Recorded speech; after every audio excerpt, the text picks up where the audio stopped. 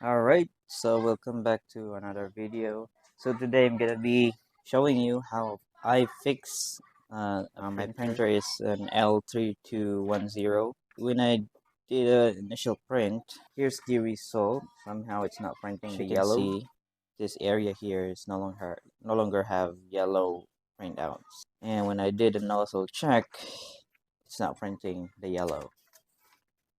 See. So it's just printing the red. So I did a nozzle check.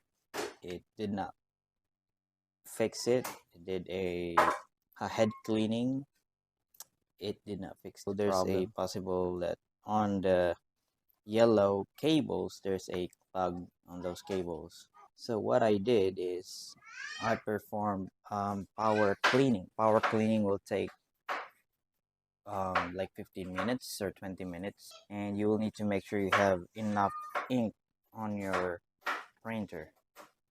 So after that, it printed well, and this is the result. All right, so you can do the same thing, and that should fix your problem. And if not, then most likely, yeah, you'll need to bring your printer to a printer shop. Right, like and subscribe.